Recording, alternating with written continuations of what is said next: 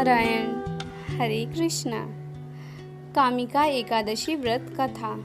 कामिका एकादशी का महत्व। अर्जुन ने कहा, हे प्रभु, मैंने आषाढ़ माह के शुक्ल पक्ष की देवशयनी एकादशी का सविस्तार वर्णन सुना। अब आप मुझे श्रावण माह के कृष्ण पक्ष की एकादशी की कथा का सुनाने की कृपा करें। इस एकादशी का नाम क्या है? इसकी विधि क्या है? इसमें किस देवता का पूजन होता है? इसका उपवास करने से मनुष्य को किस फल की प्राप्ति होती है? भगवान श्री कृष्ण ने कहा, हे श्रेष्ठ धनुर्धर, मैं श्रावण माह की पवित्र एकादशी की कथा सुनाता हूँ। ध्यान पूर्वक श्रवण करो। एक बार इस एकादशी की पावन कथा को भीष्म पितामह ने लोकहित के लिए नारद जी से कहा था। एक समय नारद जी ने कहा, हे पितामह, आज मेरी श्रावण के कृष्ण पक्ष की एकादशी की कथा सुनने की इच्छा है, अतः आप इस एकादशी की व्रत कथा का विधान सहित सुनाइए। नारद जी की इच्छा को सुन पितामह भीष्म ने कहा, हे नारद जी, आपने बहुत ही सुंदर प्रस्ताव किया है। अब आप बहुत ध्यान पूर्वक इसे श्रवण कीजिए। श्रावण माह के कृष्ण पक्ष की एकादशी का नाम कामिका एकादशी है। इस एकादशी की कथा सुनने मात्र से ही वाजपेय यज्ञ की फल की प्राप्ति होती है। कामिका एकादशी के उपवास में शंख चक्र गदाधारी भगवान विष्णु का पूजन होता है। जो मनुष्य इस एकादशी को धूप दीप नैवेद्य आदि से भगवान विष्णु की पूजा करते हैं, उन्हें गंगा स्नान के फल से भी उत्तम फल की प्राप्ति होती है। सूर्य ग्रहण और चंद्र ग्रहण में केदार और कुरुक्षेत्र में स्नान करने से जिस पुण्य की प्राप्ति होती है, वह पुण्य कामिका एकादशी के दिन भगवान विष्णु की भक्ति पूर्वक पूजा करने से प्राप्त हो जाता है। भगवान विष्णु की श्रावण माह में भक्ति पूर्वक पूजा करने का फल समुद्र और वन सहित पृथ्वी दान करने के फल से भी ज्यादा होता है।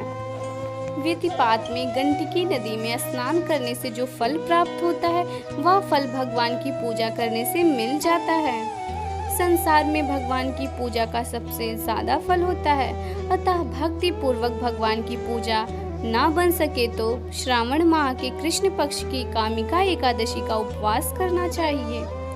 आभूषणों से युक्त बछड़ा सहित गौदान करने से जो फल प्राप्त होता है, वह फल कामिका एकादशी के उपवास से मिल जाता है। जो उत्तम द्विज श्रावण माह के कृष्ण पक्ष की कामिका एकादशी का उपवास करते हैं तथा भगवान विष्णु का पूजन करते हैं, उनसे सभी देव नाग किन्नर पितृ आदि की पूजा हो जाती है।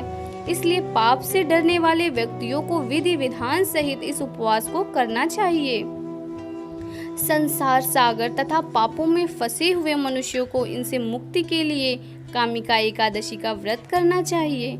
कामिका एकादशी के उपवास से भी पाप नष्ट हो जाते हैं। संसार में इससे अधिक पापों को नष्ट करने वाला कोई और उपाय नहीं है। हे नारद जी, स्वयं भगवान ने अपने मुख से कहा है कि मनुष्यों को आध्यात्म विद्या से जो फल प्राप्त होता है, उससे अधिक फल कामिका एकादशी का व्रत करने से मिल जाता है। इस उपवास को करने से मनुष्य को ना यमराज के दर्शन होते हैं और ना ही नरक के कष्ट भोगने पड़ते हैं। वह स्वर्ग का अधिकारी बन जाता है।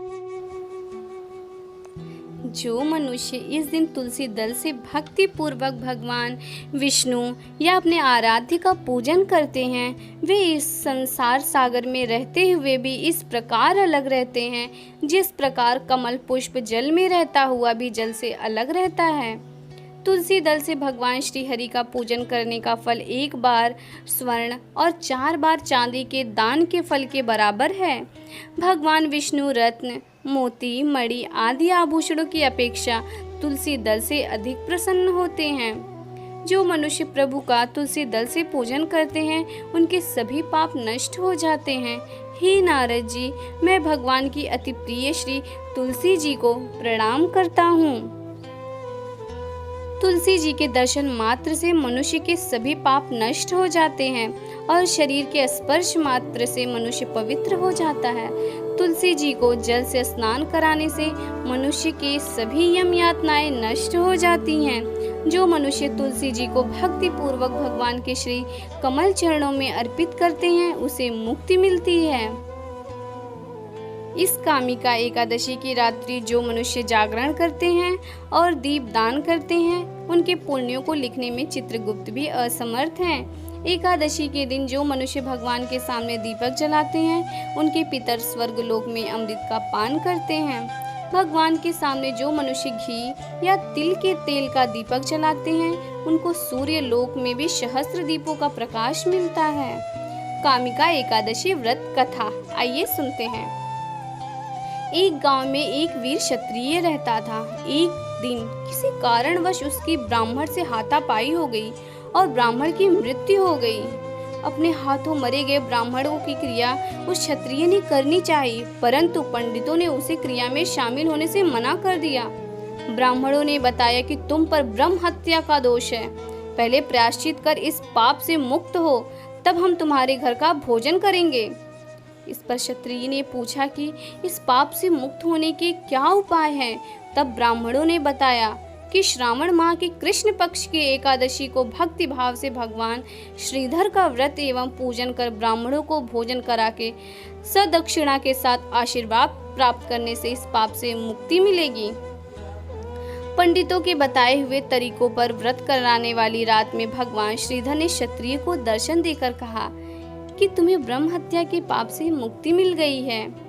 इस व्रत के करने से ब्रह्म हत्या आदि के सभी पाप नष्ट हो जाते हैं और यह लोक में सुख भोग कर प्राणी अंत में भगवान लोक अर्थात अक्षरधाम को जाते हैं। इस कामिका एकादशी के महात्म्य के श्रवण व पाठन से मनुष्य स्वर्ग लोक को प्राप्त करते हैं। कामिका एकादशी पूजा विधि। एकादशी के दिन ब्रह्म मुहूर्त में उठकर अपने शौच क्रिया से निवृत्त होकर स्नान करें और साफ कपड़े पहने। पूजा घर में दीप प्रज्वलित कर व्रत का संकल्प लें। एक चौकी में पीला कपड़ा बिछाकर इस पर भगवान विष्णु अर्थात अपने इष्ट देव की प्रतिमा या तस्वीर स्थापित करें। इसके बाद भगवान को गंगा जल से अभिषेक कराएं। भगवान को फल फूल पंचामृत चढ़ाएं और सात्विक चीज़ों का भोग लगाएं। पूजा में तुलसी दल जरूर चढ़ाएं, क्योंकि इसके बिना भगवान विष्णु की पूजा अधूरी मानी जाती है। इसके बाद कामिका एकादशी की व्रत कथा पढ़ें और आखिर में आरती करें। जय स्वामी नारायण। हरे कृष्णा।